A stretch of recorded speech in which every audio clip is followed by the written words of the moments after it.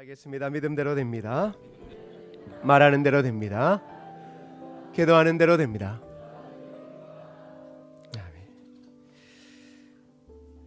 저는 작년 이맘때쯤에 서강교회 헌신예배를 다녀왔습니다. 기억하시죠? 목회자가 말씀을 전하는 것이 참 큰 축복이라고 여러분은 쉽게 이야기하실 수 있지만 그게 그렇게 쉽게 이야기할 수 있는 것만은 아닌 것 같습니다. 특별히 다른 교회에서 말씀을 전하는 것은 쉽지 않습니다. 왜냐하면 여러 상황들을 생각하기 때문입니다. 특별히 서강교회가 부담스러웠던 한 가지 이유는 그동안 헌신예배 강사를 잘 모시지 않았다라는 소문이 있었기 때문입니다. 그 이유가 있었겠지만 대부분 그런 이유를 들으면 목회자가 별로 큰 유익이 없었다, 이런 식으로 정리가 되겠죠. 그런 상황에서 제가 가게 되어진 겁니다. 문득 이런 생각이 들었습니다. 저 때문에 외부 강사가 앞으로 올 수도 있고 아니면 그럼 그렇지 외부 강사가 그런 거지 그렇게 될 것 같기도 했습니다. 그것이 얼마나 큰 스트레스였는지 주일을 맞이하는 새벽에 제 머리가 하얗게 변해버린 꿈을 꾸기까지 했습니다. 근데 이게 참 부질없는 생각들입니다. 예수님 믿는 사람, 하나님 말씀을 전하는 사람들이 이런저런 상황을 따져서 하는 것은 하나님의 말씀을 전해야 되는 고유한 사명보다는 평판 때문입니다. 나 때문에 뭐가 막히고 나 때문에 우리 교회 장로님들이 목사 별로네 이런 이야기 듣는 이러한 잡다하고 쓸데없는 생각을 안 해야 되는데 늘 이런 생각들이 우리를 힘들게 하더라는 것이죠.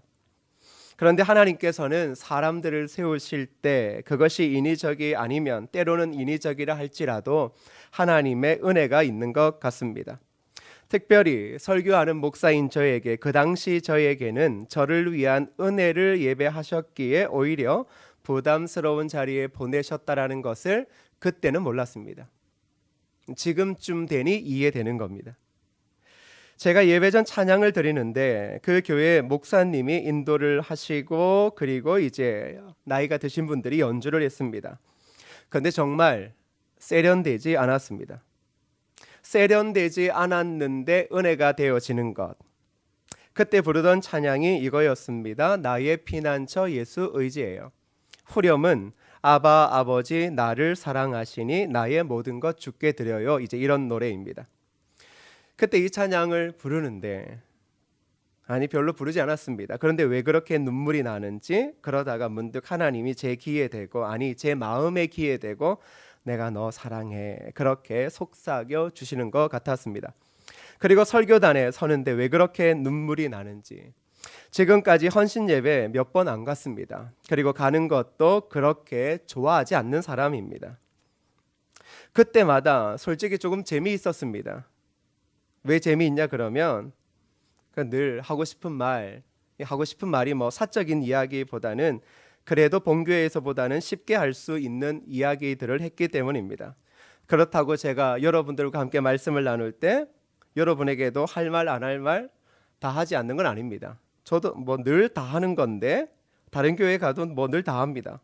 별 문제가 없었는데 그날은 왜 그렇게 눈물이 나는지 문득 이런 생각 들었습니다. 그렇지. 하나님이 저를 위로하신다라는 것은 우리의 마음을 위로하신다라는 거였습니다. 하나님이 제 마음을 위로하셨던 이유는 딴 것 아닙니다. 왜? 마음에 하나님이시는 생명이 있기 때문입니다. 하나님이 목회자의 마음을 위로하시지 않으면, 즉 목회자의 마음이 죽어가면 결국 은혜라는 것은 더 이상 나눌 수 없기 때문입니다. 그런데 그런 중요성을 설교하는 제가 열심히 사역하고 열심히 말씀을 준비하는 그 순간 잊어버리고 있었던 게 있었습니다. 그건 내 마음의 상태가 어떠한가라는 겁니다. 우리는 이런 착각을 가집니다. 교회 열심히 다니고 내가 생각하고 있는 믿음의 정도가 있으면 그리고 사역을 어느 정도 해주면 내 마음은 전혀 문제가 없을 거다라고 생각합니다. 그런데 그건 아닌 것 같더라고요. 우리는 열심히 교회를 섬기기도 하고 헌신하기도 하고 물질을 드리기도 합니다. 평생 이 교회를 위해서 삶을 드리고 가정을 드리는 사람들도 있습니다. 그런데 그런 사람들에게 있어서 참 잃어버리고 있는 착각, 그렇게 열심히 하면 내 마음은 늘 살아있을 거다라고 생각하는 것, 내 마음은 전혀 문제가 없을 거다라고 생각하는 것, 그것이 바로 착각이라는 겁니다. 마음에 생명이 있다를 쉽게 이야기하면 그렇습니다. 마음에 은혜가 있는가라는 겁니다. 즉 마음에 은혜가 없으면 사람은 날카로워집니다. 그리고 그 공기는 냉랭해집니다. 그래서 교회 가보면 가장 알 수 있는 게 은혜가 있는 교회와 은혜가 없는 교회는 설교하기가 이미 다릅니다. 찬양을 불러도 정말 냉랭합니다. 말씀을 전해도 이렇게 냉랭한 사람들이 있을까라고 하는 의문이 들 정도입니다. 교회임에도 불구하고요. 우리는 그저 신앙생활을 하고 예수의 제자로서 몇 가지의 요절을 암송하고 양심에 꺼리끼는 일들을 조금씩 줄이면 내 마음의 생명, 즉 은혜가 있을 거다, 이렇게 생각합니다. 그런데 대부분의 사람들은 자신의 마음의 상태가 어떤지도 모른 채 그저 열심히 합니다. 열심히 하면 은혜가 있을 것이니 은혜 열심히 하면 그저 하나님의 사랑을 받고 있는 것이고, 그리고 나는 전혀 문제가 없을 거다, 이렇게 생각하지만 우리의 마음은 우리의 신앙적인 열심과는 전혀 다르게 반응하더라는 것입니다. 가끔 우리가 어떠한 일들에 있어서, 그건 교회뿐만 아니라 삶의 자리에서도 의견의 충돌이 있거나 그리고 기대치가 이루어지지 않을 때 몹시 우리는 분을 낼 때가 있습니다. 자, 그때 우리가 분을 내는 이유는 너무나 정확하고 그리고 우리의 머리에 이렇게 1번, 2번, 3번이 있습니다. 첫 번째, 변화되지 않는 상황. 두 번째, 환경. 그리고 자신의 기대치에 전혀 변하지 않는 사람들. 이것이 가정이든 남편이든 자녀이든 삶의 자리이든 직장이든 교회이든 이런 것이 원인이 있기에 결국은 내가 화를 내도 이것은 전혀 부담되지 않는 것이고, 이거는 신앙적으로도 좋은 열심이고 좋은 분이다라고 이야기할 수 있겠지만, 그때 우리가 무엇을 체크하지 않았냐 그러면 우리의 신앙의 열심이 아니라 내 마음의 상태가 어떠한지를 전혀 체크해 보지 않았다라는 겁니다. 내 마음은 늘 살아있다라고 생각합니다. 그런데 숨 쉬는 것하고 생명의 근원인 마음이 살아있는 것과는 전혀 다른 차원의 별개의 문제라는 것입니다. 그때 우리가 기억해야 될 건 다른 것 아닙니다. 뭐 구질구질하게 옆에 것 이야기하고 싶지만 그때 우리의 마음이 그렇다면, 내 마음이, 즉 생명의 근원인 마음이, 하나님의 말씀이 살아있는 그 마음이 혹 어느새 굳어져 버리지는 않았는가, 아니면 방치시켜 버려서 내 마음이 그 생명력을 잃어버리고 있지는 않았는가, 그걸 점검해야 할 때라는 겁니다. 그런데 우리는 우리의 마음을 점검하려 들지 않고 뭐 합니까?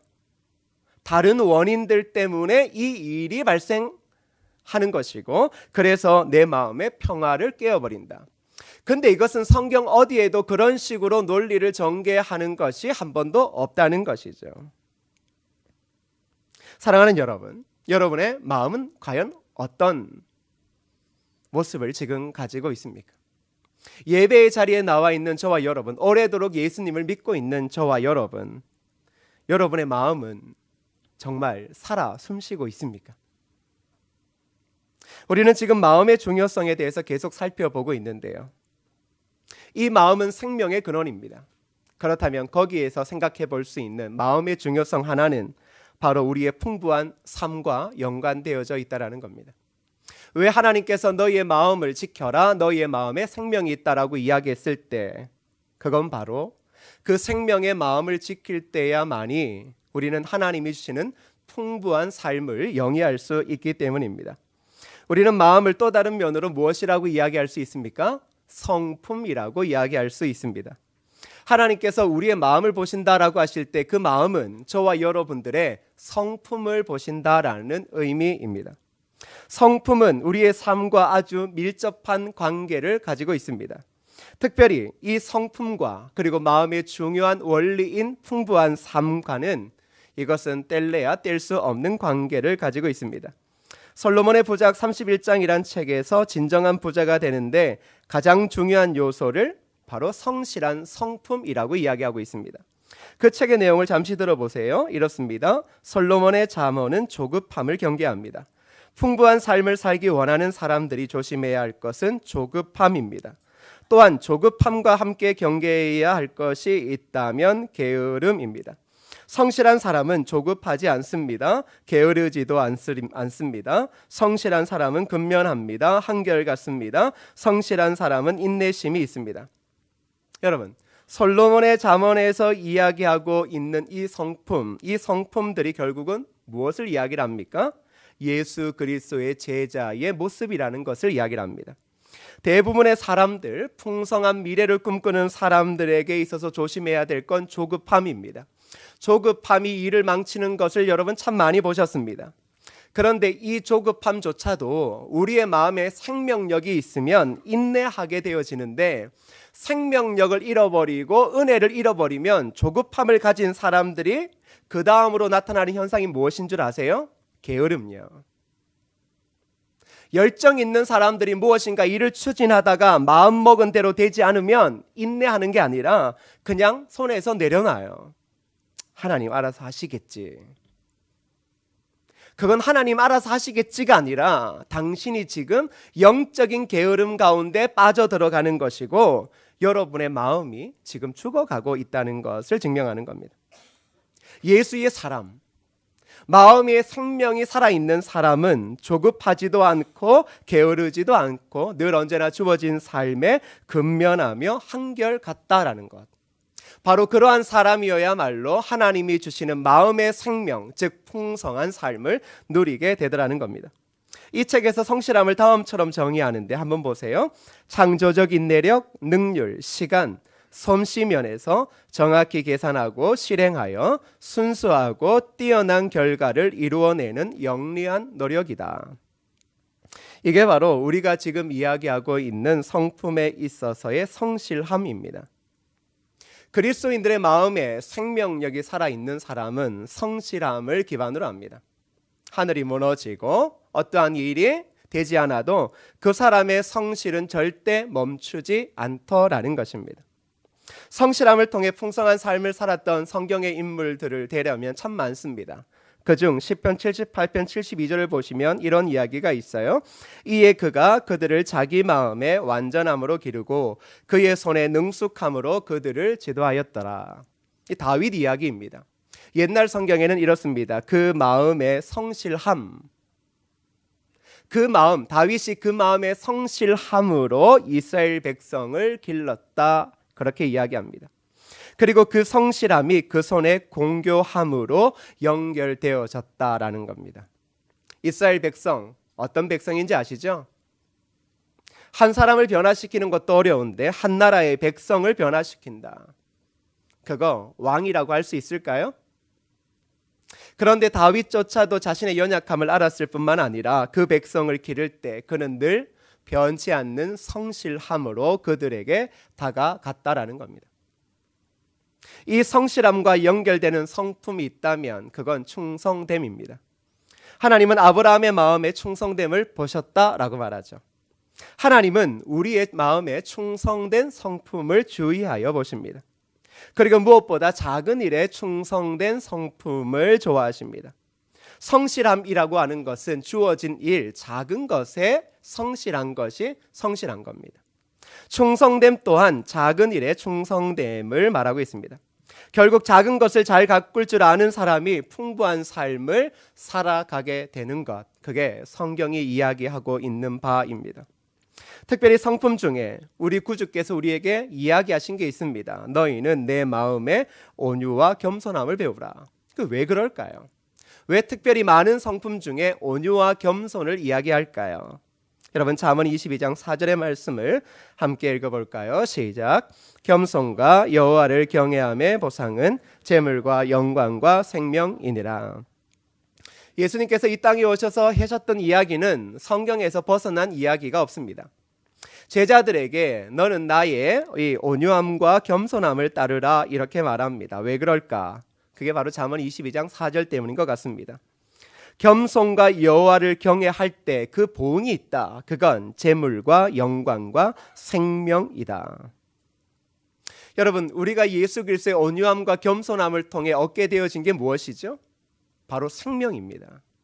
즉 예수 그리스도의 제자들이 예수 그리스도의 온유함과 겸손한 성품을 가지게 되어질 때 그리스도인의 삶에 나타나는 변화가 있다. 그 첫 번째가 무엇인가? 생명의 역사를 거두게 된다. 교회는 생명과 관련되어져 있는 곳입니다. 생명을 해치는 곳이 아닙니다. 늘 언제나 생명을 살리고 생명의 미래를 위해 꿈꾸는 곳입니다. 그런데 그런 곳에 하나님은 영광과 더불어 재물까지 주신다라고 이야기하고 있습니다. 그런데 여러분 잘 알다시피 겸손 참 좋습니다. 그런데 그 겸손 우리의 마음에 담기에 참 어렵다라는 겁니다. 우리는 누구나 겸손의 중요성을 잘 알고 있습니다. 그러나 겸손하기는 참으로 어렵습니다. 좋을 때야 겸손하죠. 나쁘면 겸손이 어디 있습니까? 그렇죠. 좋을 때야 겸손의 양의 탈을 쓰고 있습니다. 조금만 나빠봐요. 심사가 틀려봐요. 입에서 나오는 말이 거칩니다. 저도 그래요. 근데 저와 여러분은 사뭇 다를 바가 없겠죠. 우리는 누구나 겸손의 중요성을 압니다. 그러나 겸손하기는 참으로 어렵습니다. 그래서 겸손은 값진 것이죠. 겸손하지 않으면 하나님이 세우지 않습니다. 만일 겸손하지 않은 사람이 어느 자리에 섰다 그러면 사람들이 어쩔 수 없이 세운 거예요. 그러니 그런 것들에 마음 아파하지 마요. 겸손하지 않은 사람, 교만한 사람들이 높은 자리에 올라가는 것이 이 시대의 현실이에요. 하물며 조국 교회에서도 그러한 일들이 교회에서 자주 일어나요. 겸손하지 않은데 왜 저 사람을 저곳에 세우나? 그런 아이러니가 있어요. 그런데 그거 배 아파하지 말라고요. 하나님이 세우신 게 아니니까요. 하나님은 교만한 자를 세우시지 않으니까요. 겸손하지 않는 사람을 하나님은 세우지 않습니다. 만일 세워졌다면 그것은 어쩌면 인간적인 논리가 행해질 뿐이라는 것이겠죠. 우리가 사람들의 성품을 함부로 어떻게 평가하겠습니까? 그저 풍성한 삶이 단순하게 돈으로 기결되는 것은 아닙니다. 주님은 그렇게 우리에게 말씀하지 않습니다. 그러니 삶의 몇 가지의 이야기들, 삶의 형편을 보고 집의 평수를 보고 얼마짜리 집에 사느냐, 아니면 어떤 차를 가지고 있느냐, 자녀가 어떤 학교를 가고 있느냐에 따라 사람의 성품을 이걸 판단할 수 없습니다. 그리고 하나님의 성품은 그런 것이 아닙니다. 그런데 이 성품이 드러날 때가 있습니다. 언제요? 위기에 처할 때요. 어떠한 어려움들이 있을 때요. 내 마음의 심사가 틀리는 일이 있을 때 결국은 그 성품이 드러나게 되어져 있습니다. 마음의 습관이란 책에서 성품을 다음과 같이 정의한 게 있는데요. 보시면 이렇게 말합니다. 성품은 우리가 의지할 수 있는 자원의 저장고이고 위급할 때 길을 복돋아주는 미덕의 토대이며 우리가 인생의 도전에 어떻게 대처해야 하는지를 결정해주는 일련의 태도이다. 즉 우리의 마음이 아무런 의미가 없는 게 아니라 우리의 삶을 이끌어가는, 즉 하나님의 능력, 생명을 담고 있는 곳이라는 거예요. 그곳에서 있어지는 성품이어야말로 우리의 삶을 결정해 준다, 이렇게 말하는 것이죠. 사람들은 결국은 위급할 때 자신의 정체를 드러나게 됐습니다. 사람들은 결국은 어떠한 일들이 있을 때 결국 자신의 마음을 드러내야 할 때가 있습니다. 가끔 여러분 이렇게 얘기하시잖아요. 은혜가 있으면 넘어간다. 그럼 도대체 은혜가 없을 때는 언제죠? 여러분은 이렇게 쉽게 생각합니다. 한 주간에 주일 교회에 가서 목사님 설교 잘 들어서 그걸 가지고 은혜를 받아야지. 근데 그것만큼 어리석고 착각인 게 없어요. 우리는 지금 은혜로운 삶을 살 수밖에 없어요. 근데 그 은혜로운 삶을 자꾸 타인에게 의존하는 버릇이 있는데 우리의 마음의 지난주의 말씀을 생각해 봐요. 우리의 마음이 생명력 있게 살기 위해서는 하나만 담아야 돼요. 무엇을요? 하나님의 말씀요. 하나님의 말씀을 담아져 있으면 평생 은혜가 있는 거예요.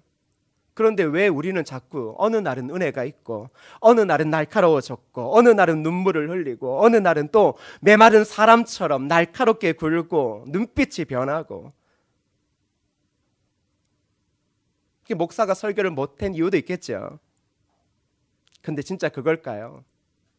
마음에 담아둬야 될 하나님의 말씀, 생명력 있는 말씀 안 담아두고 자꾸 여러분 담아둬서 그런 것 아닙니까? 결국 그 성품이 드러나죠. 성품이 귀한 것, 우리의 마음이 귀한 것은 결국 어느 누구도 우리의 마음만은 빼앗아갈 수 없기 때문입니다. 모든 것이 우리에게 떠난다 할지라도 우리에게 영원히 남아있는 것이 성품입니다. 제가 장례 예배를 하면서 계속 느끼는 것 하나가 있습니다. 그러면서 여러분에게 한 번씩 반협박식으로 이야기하는 거 있지 않습니까? 장례식 때 보자. 이제 그런 이야기 중에 하나가 뭐냐 그러면 장례식 때 과연 남는 게 뭘까? 이 생각을 해봤습니다. 제일 곤란한 게 예수님 믿지 않고 돌아가신 분의 장례에 목사를 초청하는 것, 뭐 여러 가지 그냥 입 바름 좋은 말은 할 수 있습니다. 근데 여러분, 장례를 그렇게 착각하시면 안 돼요. 그저 목사가 와서 위로해 준다 이게 아니에요. 그리스도인에게 있어서 이 땅에 목숨이 끊어지는 그 자리에는 딱 한 가지만 남습니다. 뭐가 남을까요? 예수 그리스도를 닮은 고귀한 성품요. 그걸 기억하는 거죠.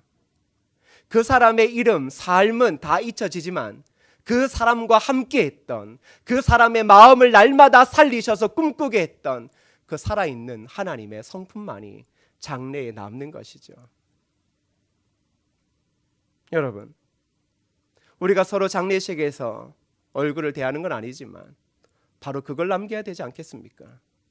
그리스도를 닮았다. 그의 직분이 무엇이었다?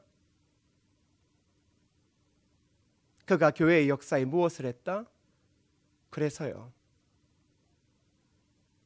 그게 무슨 의미가 있을까요? 우리의 소유를 다 빼앗긴다 해도 그리스도인에게 빼앗아갈 수 없는 것은 우리의 고귀한 성품일 것입니다. 그리고 우리가 하나님 앞에 갈 때 가지고 가는 한 가지도 주님을 닮은 그 온유와 겸손의 성품일 것입니다. 그렇다면 이 아름다운 성품이어야말로 우리의 삶의 가장 풍성한 은혜 아니겠습니까? 그래서 하나님께서는 우리에게 너희 마음 생명의 근원인 마음을 지켜라. 그 성품으로 살아가는 자는 이 땅에서 진정한 행복, 참된 자유, 그리고 무엇보다 생명의 역사, 생명의 열매를 맛보게 될 것이다. 그렇게 말합니다. 사랑하는 성도 여러분, 우리는 마음이 이 안에 어딘가에 있다라는 것은 압니다. 그 성품이 풍부함을 가져온다라는 것, 그건 단순히 세상적인 논리가 아니라 살아있는 하나님의 말씀이 우리의 마음 안에 가득 차 있으면 살아있는 능력의 말씀이 결국은 생명의 풍성함을 우리의 삶에 주더라는 것입니다. 살아있는 것은 결국 풍성한 열매를 맺게 되어집니다. 그래서 성경에서도 그런 비유가 있는 겁니다. 여러분은 살아있어서 풍성한 열매를 거둘 수도 있고 아니면 죽은 성품으로서 죽어가는 열매들을 맺을 수 있습니다. 그게 뭔지 헷갈려 하시는 건 아니죠. 그리스도인이 성품으로 열매를 맺는다라는 것은 바로 살아있는 것을 맺습니다. 그러면 죽어있는 영혼, 즉 은혜가 떨어진 마음이 맺는 건 뭡니까? 그렇죠. 작은 걸 가지고 크게 부풀리고 사람들의 마음에 평안을 빼앗아 버리고 그리고 사람들의 마음을 나뉘게 하고 갈라서게 하고 그게 도대체 무슨 살아있는 말씀이 있는 생명이 있는 마음이라고 이야기할 수 있겠습니까? 명확합니다. 그리고 매우 쉽습니다. 사람은 성품으로 그 안에 담겨져 있는 것을 드러냅니다. 순간은 우리가 안면으로선 순간은 사람을 속일 수 있습니다. 별 문제 없어요. 우리 은혜 있어요. 예수 믿어요. 그러나 나중 되어지면 다 드러납니다. 사람들은 늘 그렇습니다. 자신의 허물, 자신의 죄악된 이 마음을 숨기려고 사람들을 이용합니다. 그 대표적인 사건이 뭡니까? 예수 그리스도를 십자가에 못 박은 겁니다. 예수 그리스도 십자가 못 박으면 나의 모든 죄, 이 의심은 없어지겠구나. 그런데 어떻게 되어집니까? 3일 만에 부활하셔서 사탄의 정체가 명확하게 드러났습니다. 제가 한 주간 하나님의 말씀을 묵상하면서 느낀 것 한 가지가 있습니다. 다른 게 아니라 내가 주의 종답게 살지 않는다. 무슨 뜻이냐 그러면 여러분 종이 뭔지 아시죠? 아시죠? 네. 가끔 부목사가 담임 목사가 되거나 아니면 직장에서 직원으로 있다가 사업을 하는 사람들이 힘들면 한마디씩 하는 이야기가 있습니다. 그냥 힘드니까 하는 얘기예요. 의미는 별로 없어요. 무슨 얘기냐 그러면 그냥 꼬박꼬박 돈 주고 시키는 일만 할 때가 가장 편하다. 생각하면 그게 참 맞는 말입니다. 그게 싫으니까 이제 뭐 뛰쳐나오고 뭔가를 하는 거잖아요. 근데 하나님의 입장에서 생각을 해보면, 예수의 제자 입장에서 생각해보면 종이 언제 가장 마음이 편하겠어요? 하나님 말씀 들을 때요. 그러니까 하나님의 말씀을 듣고 하나님이 하라고 하는 대로만 하면 가장 편한 거예요. 그러니까 제가 주의 종답게 살지 않는다라는 그 이유가 뭐냐 그러면 하나님의 말씀을 자꾸 안 들으려 하고 오히려 제가 말을 더 많이 하더라는 거죠. 하나님의 말씀으로 시작된 생각이 아니다 보니 늘 의심하게 되고 섭섭하게 되고 머리가 복잡해지더라는 겁니다. 저는 사람 의심하는 게 가장 싫어요. 예수님 믿는 사람이 가장 안 해야 될 게 사람 의심하는 거예요. 그런데 그런 의심의 이야기들을 자꾸 듣게 되어지면 사역하다가 무슨 생각이 드냐 그러면 저 사람 왜 저거 안 하지? 저 사람 딴 생각하고 와 있는 거 아니야? 마음이 병이 들어요. 이건 미칠 노릇이죠. 생각해봐요. 여러분 앉아있는데 목사 설교에 맨날 의심이 들어요. 저 사람 이상한 사람 아닌가? 이거는 미치고 한장할 노릇이에요.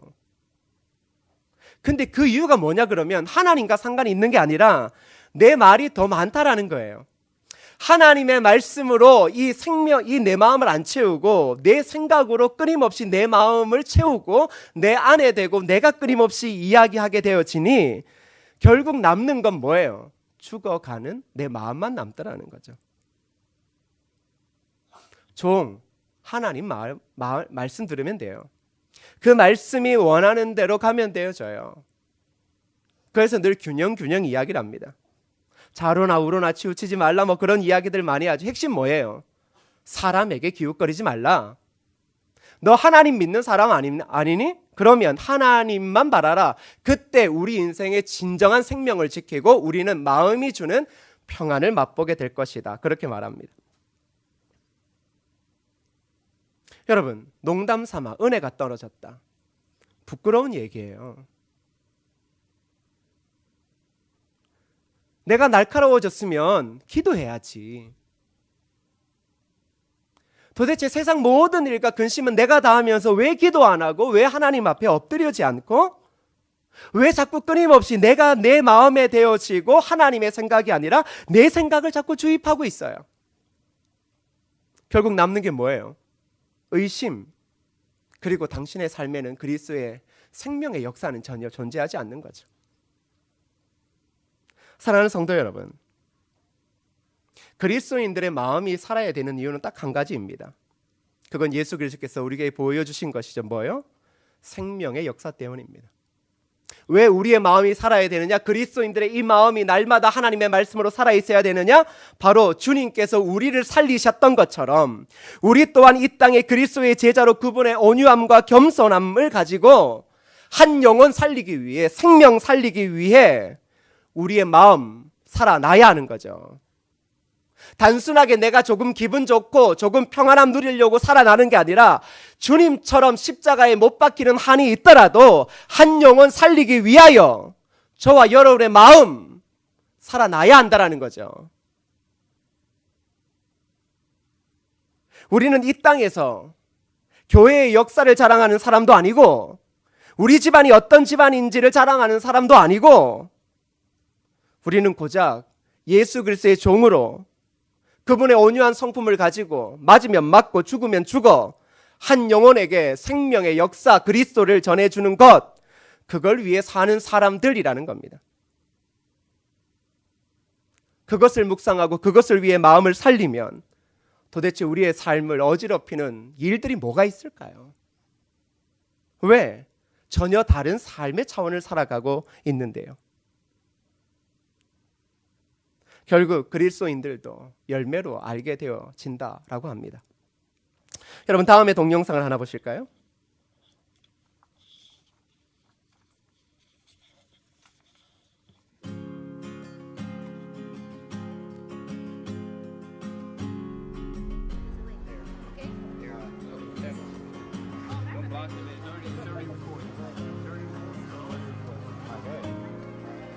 Yo, on behalf of all of us here at Best Buy, we got you a weekend, so you don't have to come here every day and play. All right? So this is something that we did for you. Everybody here that you see here, we all got together and shipped this so you could have one for yourself. All right? Is that cool? I'm being serious. Seriously, this is part of this right now. Last Monday, thought you saw me too, across the track in the subway. Spring turns fast into fall, and I always wonder how I missed it all. Or something 자, 여러분 한번 보세요. 우리나라 보면 이 대형 마트들의 이제 저런 오락 매장에 어쩌다 한 번이 아니라 매일마다 출근을 해서 저걸 전세 내놓고 오락을 하는 사람이 있다고 생각해 보세요. 만약 여러분이 직원이에요. 어떤 생각 드시겠습니까? 쫓아내고 싶은 마음이 훨씬 많습니다. 왜? 영업 방해라고 생각하니까요. 그런데 그 직원들이 그것을 보다가 한 달 전부터 자신들의 사비를 내서 결국은 그 게임 오락기를 사서 선물합니다. 저는 저들이 예수를 믿는 건지 안 믿는 건지는 잘 모르겠어요. 근데 이런 생각이 듭니다. 그리스도인이라는 게 저런 게 아닌가. 하나님의 말씀으로 생명력 있는 마음을 가졌다라고 하는 건 결국 저렇게 살아가는 것 이상 아닌가. 단순하게 선물을 세상 사람들도 줄 줄 안다면 그리스도인들은 그들의 영원한 생명을 주는 사람들이라면 우리의 마음을 지키는 것, 이것이 얼마나 소중한가.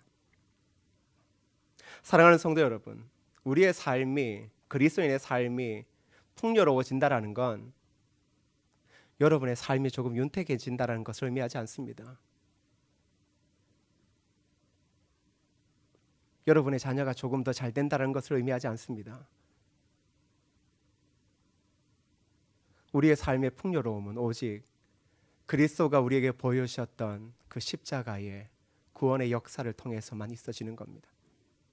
주님은 오늘 믿음의 사람들이 자신의 마음의 이 생명, 이 근원을 지킴을 통하여 바로 우리 그리스도가 하셨던 그 고귀한 생명의 사역, 그 사역을 통하여 그리스도인들이 진정한 풍부함 가운데 거하기를 원하고 있다라는 것이죠. 사랑하는 성도 여러분, 여러분의 성품의 꽃들을 부단히 다듬으십시오. 성실함, 충성, 절제, 온유, 겸손. 어느 것 하나 쉽지 않지만 저와 여러분들은 어디에서나 그리스도를 드러내야 되고, 그리고 우리가 선 자리에는 바로 생명의 열매만 드러나야 하는 것입니다. 세상의 모든 것이 없어질 때가 올 겁니다. 하물며 성은교회라고 불려지는 이러한 건물이나 잠시의 공동체도 없어질 때가 올 겁니다. 그러나 그때에 남는 것이 있다면 그리스도를 닮은, 아니 그리스도를 보지 못한 사람들이 성은교회 성도들을 통하여 그리스도를 보았다라고 하는 그 은혜, 그러한 성품들은 사람들의 마음 그리고 이 땅 곳곳에 남을 것입니다.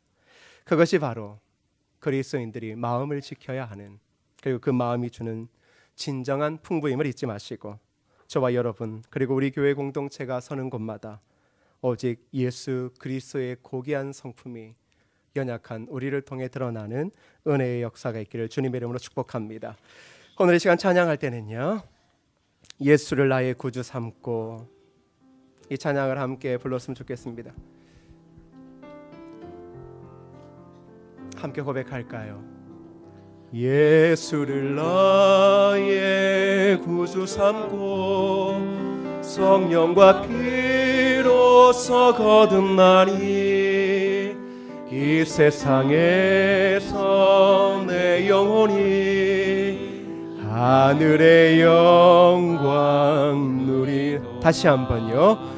예수를 나의 구주 삼고 성령과 피로써 거듭나니 이 세상에서 내 영혼이 하늘의 영광. 이것이 우리의 유일한 간증입니다. 이것이 나의 간증이요, 이것이 나의 찬송일세.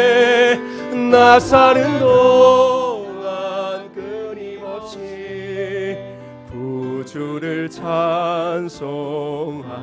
온전히 주께 맡긴 내 영, 온전히 주께 맡긴 내 영. 사랑의 음성을 듣는 중에 천사들 왕래하는 것과 하늘의 영광.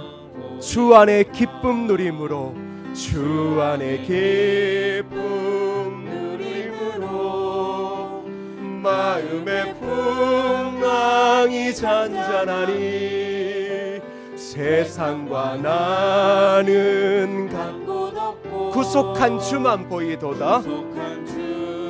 다시 한번 3절요. 주 안에 기쁨 누림으로, 주 안에 기쁨 누림으로. 그렇죠. 마음의 풍랑이 잔잔하니 우리의 영혼이 살면 결국 구속한 주만 보입니다. 아멘. 이것이 나의 간증이요, 이것이 나의 찬송일세. 나 사는 동안 끊임없이 구주를 찬송하리. 이것이 나의 간증이요, 이것이 나의 간증이요, 이것이 나의 찬송일세. 나 사는 동안 끊임없이 그런 은혜를 주시는 전능하신 하나님을 찬양하겠습니다. 전능하신 하나님 찬양, 언제나 동일하신 주. 전능하신 하나님 찬양, 영원히 다스리. 전능하신 하나님 찬양, 언제나 동일하신 주. 전능하신 하나님 찬양, 영원히 다스리네. 거룩하신 아버지 하나님, 우리가 주 안의 기쁨, 그 기쁨을 누림으로 세상과 나는 간 곳 없고 구속한 주만 보이는 그 고귀한 예수의 제자의 삶을 살아가고자 한 걸음 더 나아갑니다. 하나님, 오직 구속한 주만 보이는 그 은혜, 구속하신 주님의 성품만이 우리의 삶에 온전히 드러나는 그 바른 제자의 삶을 걸어가는 귀한 믿음의 성도들 되어지게 하여 주옵소서. 예수님의 이름으로 기도드립니다. 아멘. 이제는 우리 주 예수 그리스도의 은혜와 성부 아버지 하나님의 무한하고 극크신 사랑과 성령님의 감화 감동 위로 교통하시는 은혜의 역사가 오직 마음의 생명을 지킴을 통하여 생명의 풍성한 열매를 이 땅 가운데 맺으며 살아가기로 결심하는 귀한 예수의 제자들 머리 위에 이제로부터 영원토록 함께 있을지어다. 아멘.